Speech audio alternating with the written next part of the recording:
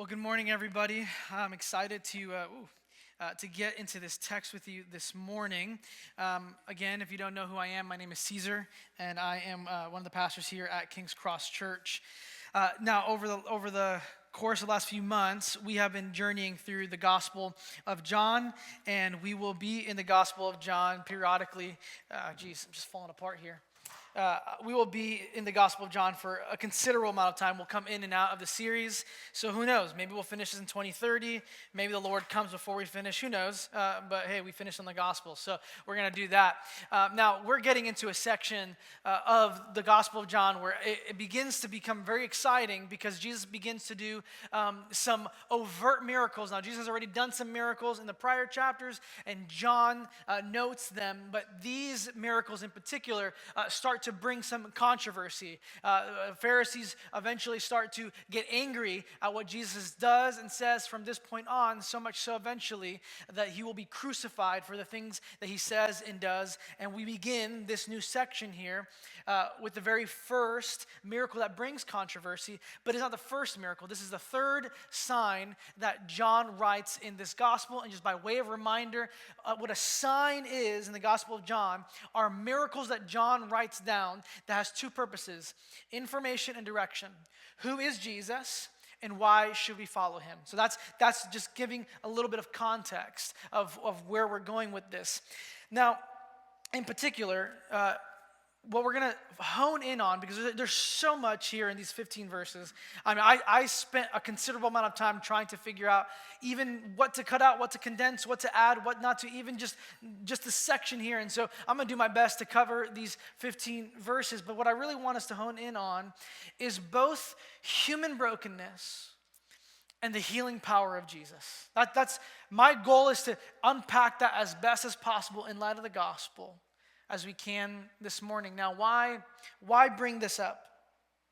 It's because everything seems to have a remedy these days, right? Everything, most things, humans are prone to trying to find out how to have an answer for everything. So for aging, there's biohacking. For sleeping, there's Huberman things. There are cold plunges, which you can tell me all you want. Cold plunges don't make any sense to me, okay? Freezing my butt off does not sound like a scientifically good thing to do. I don't know. That's why people moved from New York to Florida, so they wouldn't have to cold plunge into the cold air. You know what I'm saying? This is what, I don't get it. But nonetheless, there seems to be a fix for everything.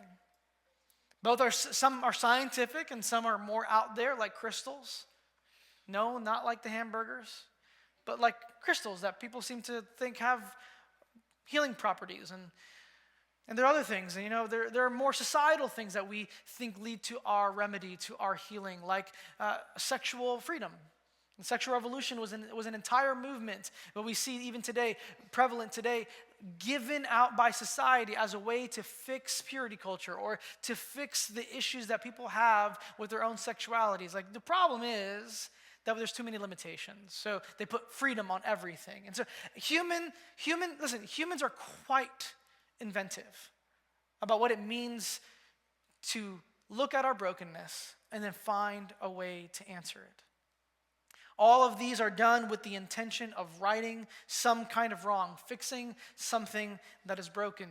But if we're honest, there are some things that seem rather unfixable in us, untouchable. Some of us have things that we've lived through, experienced. There are things about us, even as we become Christians, that we feel like it's just too far deep, it's just too far gone, and it's too far embedded in the crevice of our soul for any person to touch, maybe even Jesus. I remember the first time that I went to therapy. I had just started grad school, so it was a couple years ago, and they had a clinic at the school, and so I went. Part of it was because therapy was starting to become kind of cool and acceptable in the church, so I was like, why not? It's pretty much free. And, there were some things that I was struggling with, and I thought, why not go to therapy? See if this could help address some of the brokenness that I was feeling. And so, the conversations would begin as they always begin. let's begin with family of origin stuff, like who are your parents? Let's figure out how your parents messed you up, because, it's not your fault, it's always your parents. And then we'll go to some cognitive behavioral therapy. So we're going to create some behaviors and activities. Now, I want you to know this. I have a degree. I have a master's in clinical counseling, so I'm not like making fun of it. These are some of the things that you hear, and people assume that this is the only way to be healed. So you have some behaviors, some coping mechanisms, and here's the thing that happened. I loved my therapist. His name is Brad. He was super cool, really young, wise. It seemed. I really wanted to be Brad. He just seemed like he was really confident in himself. But no matter how many months I spent with Brad, something just kept becoming overwhelmingly true. I really am messed up. I'm just really broken. For every advancement we made in the therapy room, there were other things that sprouted up, and I was like, will this ever come to an end? Will there ever be an answer to my brokenness? Like, will there ever come an end to me being more messed up than I think I am? See, the problem isn't therapy. The problem isn't necessarily that humans don't have an answer. The problem is that there is no human answer to the brokenness of the human soul. It cannot be answered by words or activity alone. So today we're going to talk about human brokenness and the healing power of Jesus, because we all have experienced that there is something off about our internal world and external world. That you're not the person that you wish you would be. That you do things that you don't want to but feel compelled to. And if we're being honest, we feel broken and we do everything and anything to fix it. We long for healing. We desire wholeness. But at best, society gives temporary fixes. So what or where can we bring our broken selves to? So again, I ask, what can Jesus do with our brokenness? The healing power of Jesus and our human brokenness. So this morning, we're going to go back into John 5 and just give a little context about what we're going to read this morning before we unpack the text. We're going to see how Jesus addresses a man's physical brokenness. But what I want you to pay attention to is I want you to see how Jesus interacts with this man's suffering and brokenness, and not just how he interacts with it, but what he does about it. Again, this is a sign. It's meant to tell us who Jesus is and why we should follow him. So there's something about what Jesus is going to do in this man's life that should change the way we see him and should give us reason to follow him. So with that in mind, let's open up our Bibles and we'll turn to the text for today. So read with me now John 5, verses 1 through 6, and we'll walk through it. Sometime later, Jesus went up to Jerusalem for one of the Jewish festivals. Now, there is in Jerusalem near the sheep gate a pool, which in Aramaic is called Bethesda, and which is surrounded by 5 covered colonnades. Here, a great number of disabled people used to lie: the blind, the lame, and the paralyzed. One who was there had been an invalid for 38 years, and when Jesus saw him lying there and learned that he had been in this condition for a long time, he asked him, "Do you want to get well?" What a question. What a question to be asked. But before we even get to that question, John is really setting up the scene for us. He wants to invoke an image for us in our minds. He wants that question to be heightened by the setting the question is being asked in. You see, Jesus comes to Jerusalem for a festival. We don't know which one, and it doesn't really matter which one it is. If John is not making it clear, it's because there's no theological tie to it. But he does want us to see that a festival is happening. Now, Jewish festivals were a time of celebration, great joy. These were people, all the Jews would come in once a year to Jerusalem, and they would see family, they would see friends they haven't seen in years. There's no cell phones, there's no emails. You can't just hop on a plane and make a little quick day trip to see a friend. So you wouldn't see each other for a very long time. So festivals were just great times of celebration, and all of God's people would gather together and be like, "Oh my gosh, what is God doing in your life? We're celebrating all the faithfulness of God, and we're just so excited to see one another." Even the crazy uncle or the annoying cousin, you're like, you know what? I kind of miss you. I'm so glad to see you again. And so there's great joy. And then it suddenly moves into this scene in a pool named Bethesda. Now, Bethesda in the Aramaic means, depending on how you spell it, it either means house of mercy or house of outpouring. And in these pools, now, this is not like a Florida pool, and it's not even like a mansion pool. These pools are football-sized pools, and there's two of them, side by side. And these are massive, okay? And they're 20 feet deep.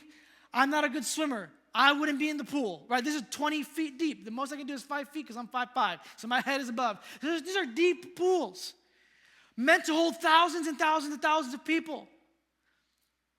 And who are the people that are here? Well, John says these are a great number. Some translations say a great multitude. There's just an innumerous amount of people. Okay, a numerous amount of people are here, and they are disabled people, blind people, lame people, meaning they cannot walk, and paralyzed people. There's something off about their bodily functions. Do you see the picture that John is trying to paint for us? That this is in the midst of celebration in the city of Jerusalem, just a little bit on the outskirts, it's not very far outside, are thousands of people broken, abandoned, left to beg, hoping healing would come. Now, you'll notice in some of your translations, there's no verse 4. It goes right straight from verse 3 to verse 5. Now, the reason for that is because it's not in the old, that verse is not in the oldest manuscript, so they omit it. But if you were to read it, and if you read it in context and give sense to it, there is this superstition that when you see the water stirring in these pools, the very first person to get into the pool would be healed. So you have thousands of people here, been abandoned by the system, by the Jewish leaders. They're abandoned by society. They're abandoned by those who should care for them. They're abandoned by their families. There are people who are without hope, looking at these pools, thinking, man, I'm just waiting. I'm just waiting, hoping I'm next, hoping my healing is next. Have you been there before? Have you been there before? Because we talk a big game about healing in church, but have you been the person that you're waiting for your healing moment, and then the person next to you has their healing moment, and you're thinking, why not me? God, do you love them more than me? God, do you care about them more? Do you see me? I'm not saying they don't need healing, but God, I probably need it more. Have you been there? Have you been there? Now, what's interesting here is that there's a man who's been there. It's called an invalid. It's just a general term to be he's ill. His body's broken. And I love that they don't really give a complete description of him. They're just saying he's a broken man. He's all of us. We're supposed to see ourselves in him. And he's been there for 38 years. Now, you might not think that's a long time, but it is a long time. For two reasons. One, most people did not live that long.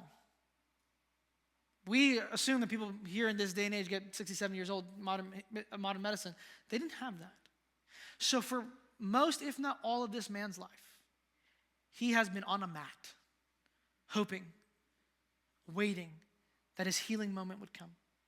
He'd been there for 38 years, meaning that he's seen people come and go from there because they've died.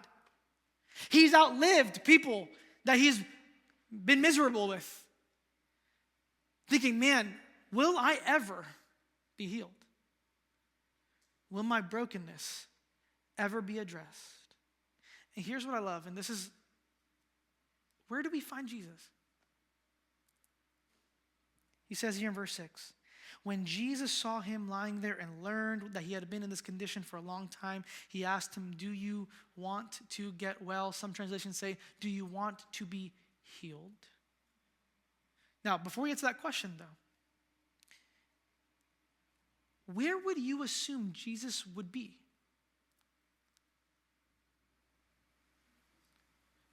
Based on verse 1, it says, sometime later, Jesus went up to Jerusalem for what? The feast. So if Jesus came to Jerusalem to party, but he's not at the party, he's here in the place where there's no partying, That should strike a moment of why is Jesus here? Well, family, it's because Jesus is typically drawn to the broken. It's because Jesus actually draws near to those who are broken. Typically, we think our brokenness means that Jesus has abandoned us, but more often than not, our brokenness is the very invitation for Jesus to come and meet with us. This man has been here for 38 years, hoping and wishing, and Jesus comes. He comes to him because this man cannot save himself. He's in a place where everyone out there is celebrating, and he's here. Instead of the trumpets and the laughter, he's here with the groanings of pain, as if to say, if my people are suffering, I can't party. Until my people are okay, I will not celebrate. This is the kind of person Jesus is. This is the kind of Savior that he is. That he is literally unwilling to celebrate in the midst of your pain. But he draws near nonetheless, because humanity cannot save itself. But this question, do you want to be healed? Jesus asks some funny questions. I don't want to say stupid because I don't want to get smited. But it feels that way. Like, Jesus, you're in a pool where everyone's come to be healed. You know why this pool exists. You know. Also, the guy is lame. He can't walk anywhere. He can't be anywhere else. Why would Jesus ask, do you want to be healed? Many people have different reasons, but as I consider the story, I think it's to help the man come to recognize you have no hope in this world, do you? Do you want to be healed? Duh, I want to be healed. And so Jesus says, no. You see, there's only two kinds of people who ask that kind of question. One, because they're asking for information. Or two, because they have the ability to do something about it. So Jesus draws near to this man's brokenness because he wants to do something about it, because humanity cannot save itself. So I ask you this morning, do you this morning sense your need for help? Do you feel the weight of your brokenness? Or are you still wondering why you give yourself to your job more than anything else? You become a workaholic trying to prove your worth. Maybe you've just swiping through endless profiles on Tinder or Bumble or Hinge with the hopes of killing your loneliness. Or maybe you just drink a little too much. Maybe you smoke a little too much to numb the pain that you feel. Or maybe you just refuse to tell anyone how you're actually broken, because if you actually said it out loud, then maybe it would feel more true than you'd like it to be. Do you do this? Do you feel the weight of it? Because Jesus asks you, do you want to be healed? He sees your brokenness, he's drawn near, and he asks the question that we both long for and yet are terrified of. Do you want to be healed? So Jesus calls it out so he can press in. Look what he says here, look at the conversation. Verse 7, "Sir," the invalid replied, "I have no one to help me into the pool when the water is stirred. While I am trying to get in, someone else goes down ahead of me." And then Jesus said to him, "Get up. Pick up your mat and walk." And at once, the man was cured. He picked up his mat and he walked. Now, Jesus asked this question, do you want to be healed? And of course, this man has no category for the actual question that Jesus is asking, because up to this point, he's like, he answers honestly. He goes, I've been here. I'm waiting for it to be stirred, but there's no one here to help me. John is continuing to paint this picture of desperation. So it's not just all these other invalids, it's this man. He's like, God, there's no other way for me to be healed. I've given up. Everything has failed me. I have a great need, but the system is broken. You know what's interesting about the feasts of the Jewish festivals is that they all hone in on this one reality. It's an invitation for God's people to celebrate and be reminded of the faithfulness of God to his people. So they celebrate they celebrate with one another, but they're celebrating God. This is all that God has done with our ancestors. This is all that God is going to do. And we're going to celebrate all that God will do. So it's interesting that Jesus, during the festival, comes to this man as if to say, as the people are here celebrating about God's faithfulness, I'm going to show how faithful I am. I'm not going to go and celebrate. I'm going to go to the broken, so that even you broken people can celebrate my faithfulness, that you will have no reason to say God has not been faithful because I've shown up. Interesting to find that. But then he says, I don't know how you read this, but it almost seems anticlimactic. He's just like, get up, dude. You're fine. So let me draw this out for you for a second. This man has been an invalid for 38 years.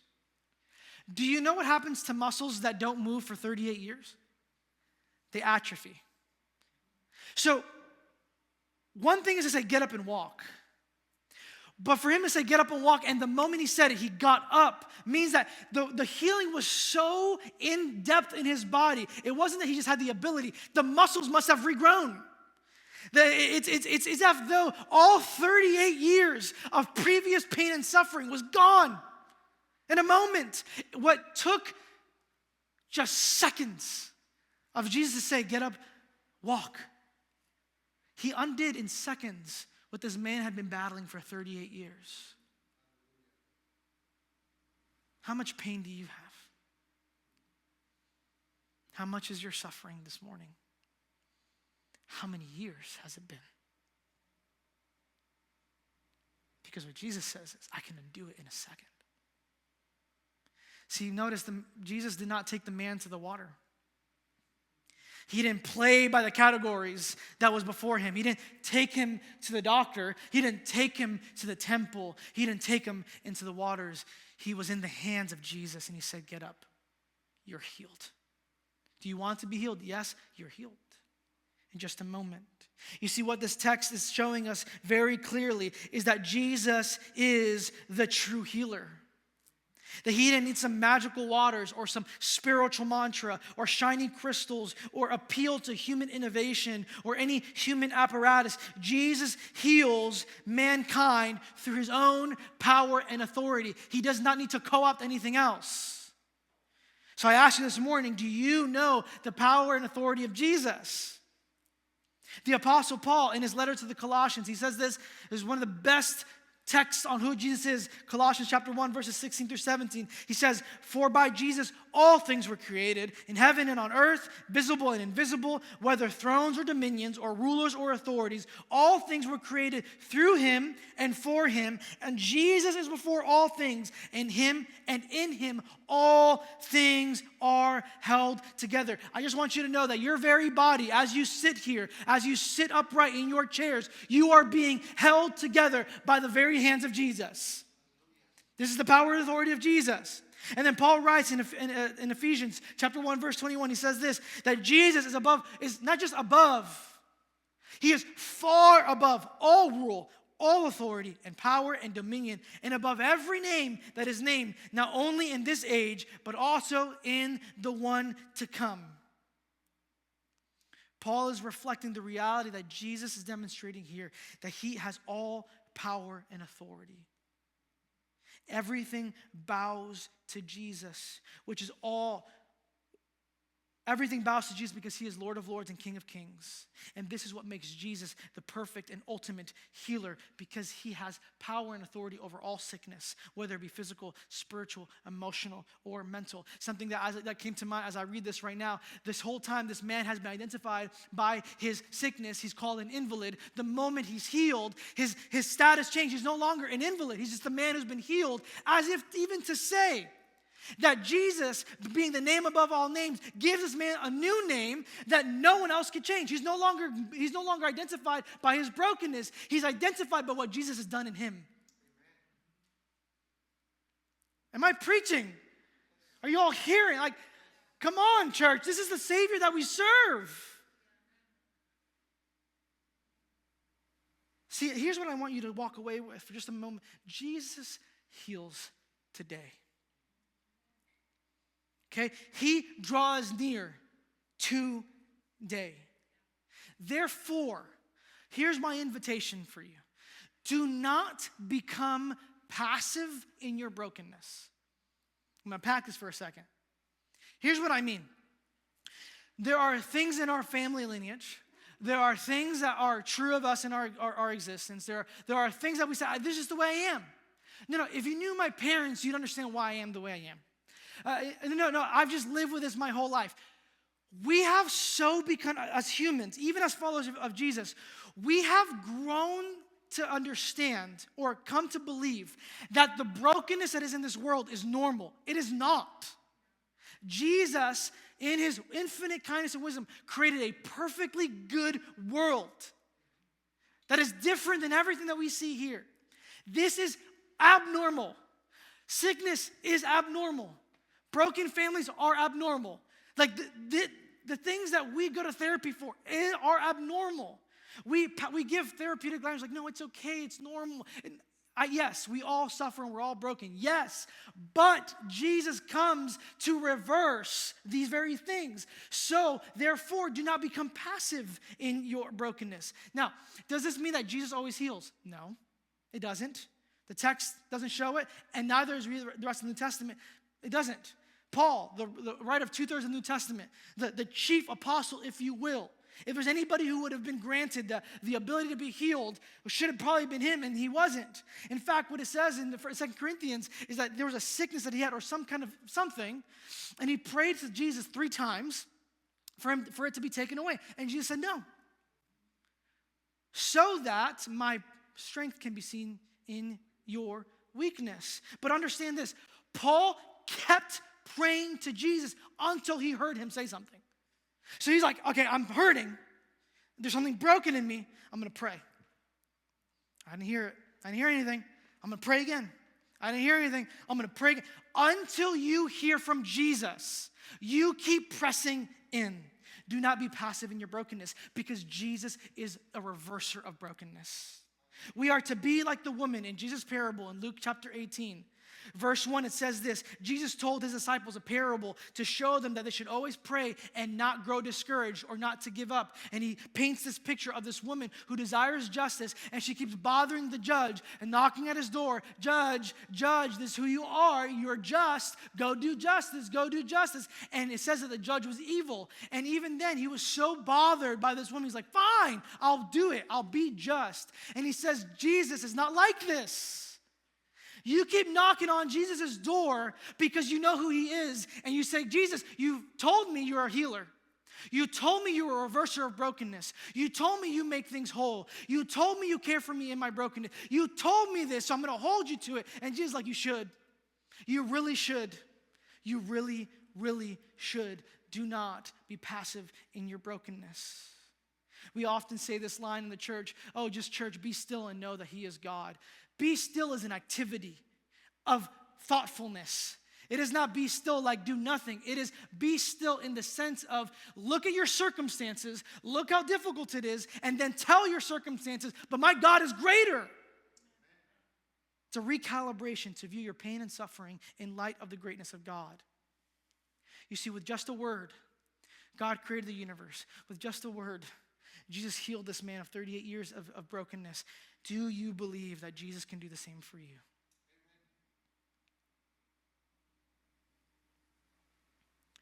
And the story doesn't end here. We're trucking through. Here we go. Look what it says, verses 10 through 15, or 9, the second half of 9. Look what it says. The day on which this took place was a Sabbath. We're going to get to that. It's beautiful.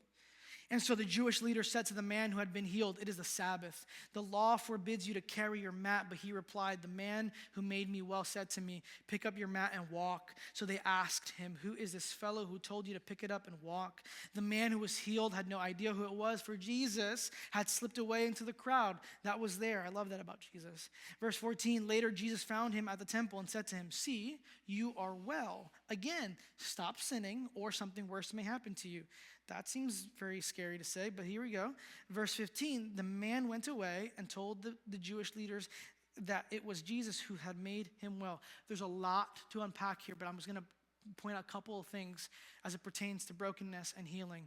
The first thing is this. See, many people read the story and we get locked in on Jesus healing. But not for John. He leaves this critical detail in the very middle for us to understand that the healing is way more. It's way bigger than we think. He says here, the day on which this took place was a Sabbath. Okay, Sabbath makes us think about Genesis. If you don't know what the Sabbath is the day of rest that all Jewish people would follow. But in the creation account, God created all the things, heavens and earth, in the waters, all the little creepy crawly things on everywhere. He created man and woman. He created all things. It was great. It was fantastic. He called it good, and then he called humanity very good. And then he gets to the seventh day, and he rests, not because he's tired, but as a reminder to us as humans that we need to rest. But this is the thing. It's the pinnacle. The seventh day is the day of perfection. It's the pinnacle day. It's to look back at everything and be like, wow, this is everything it was meant to be. And so Sabbath is to look at the past and say, well, God's got it. Everything is meant to be the way it is. God has everything in control. And so I'm going to live in light of God's perfect design and control. But humanity broken, sin, death, destruction. It's not done that. It's not that way anymore. And so Sabbath is a day where we remember, but longingly, and say, God, we wait for the day, like in Genesis when all things were good and perfect. So why does that matter? Because what by John saying that Jesus did this miracle on the Sabbath was to say that this is part of his work to redeem a broken people.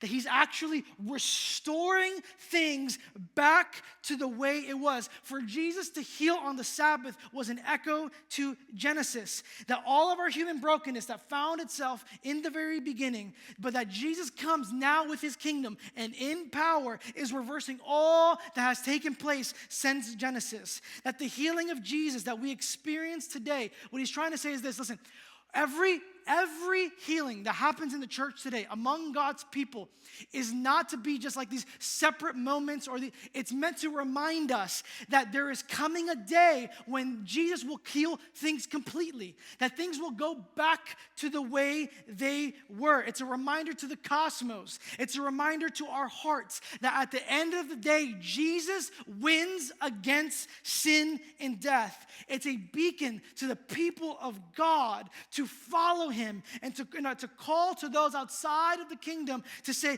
believe in him, follow him, because in him is wholeness and healing that you cannot find anywhere else. This is why it's so important that Jesus did this miracle on the Sabbath.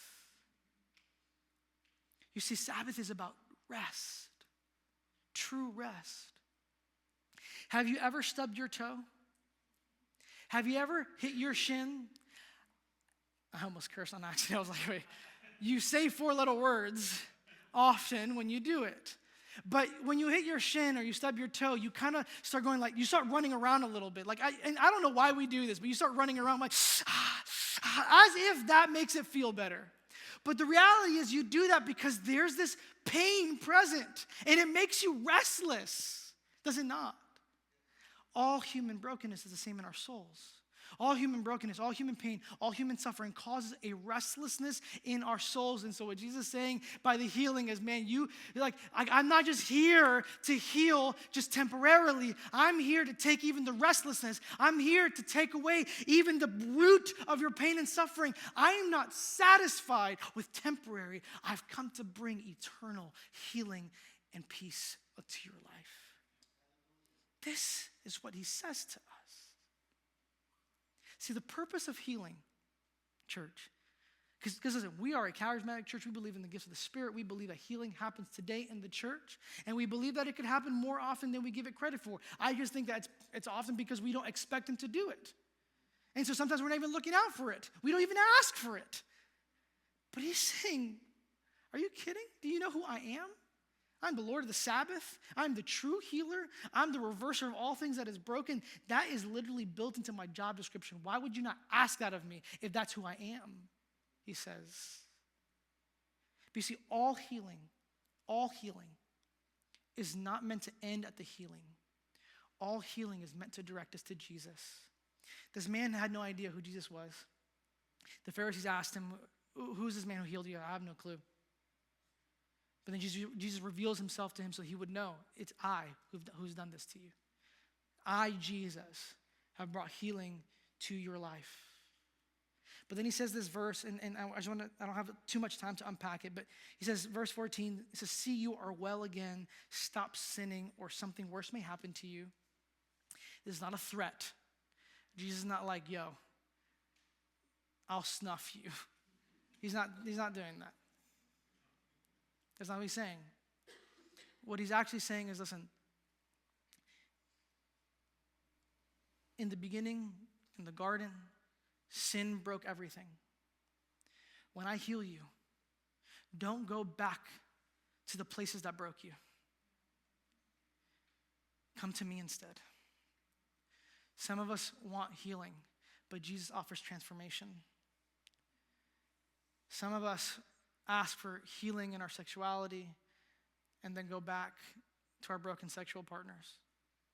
Some of us ask for God to take us out of things, and then the moment it feels better, you're like, I'm fine, I got this, and we'll run back to it. And Jesus says, don't.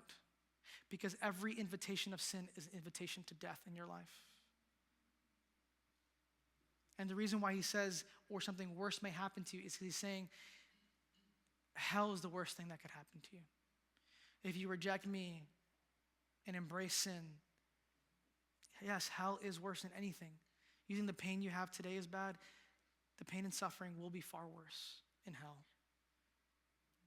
So turn from sin, turn to me, so that you would experience wholeness and healing.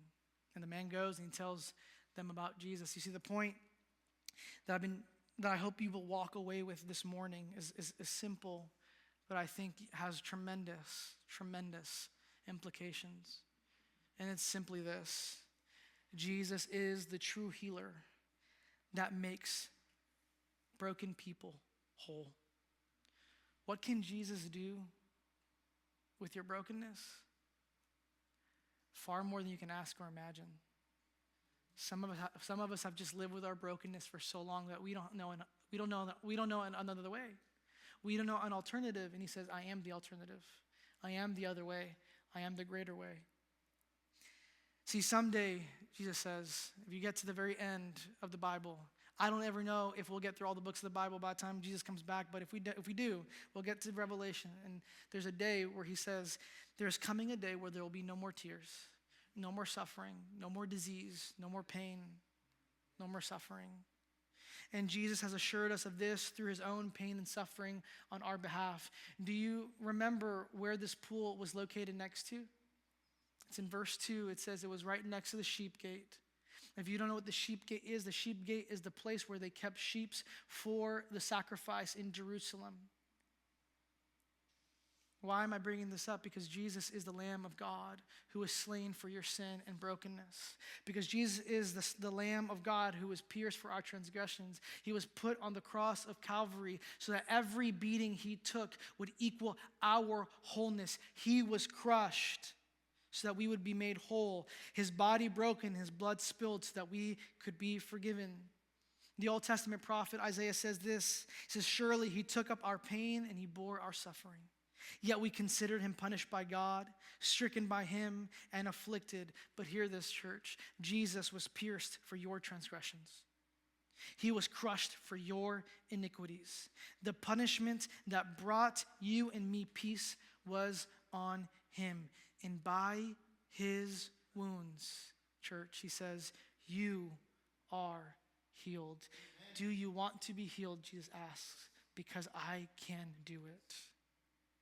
See, Jesus can heal your broken bone, or he can heal your broken heart, or he can heal your broken relationship. He can heal anything that is broken.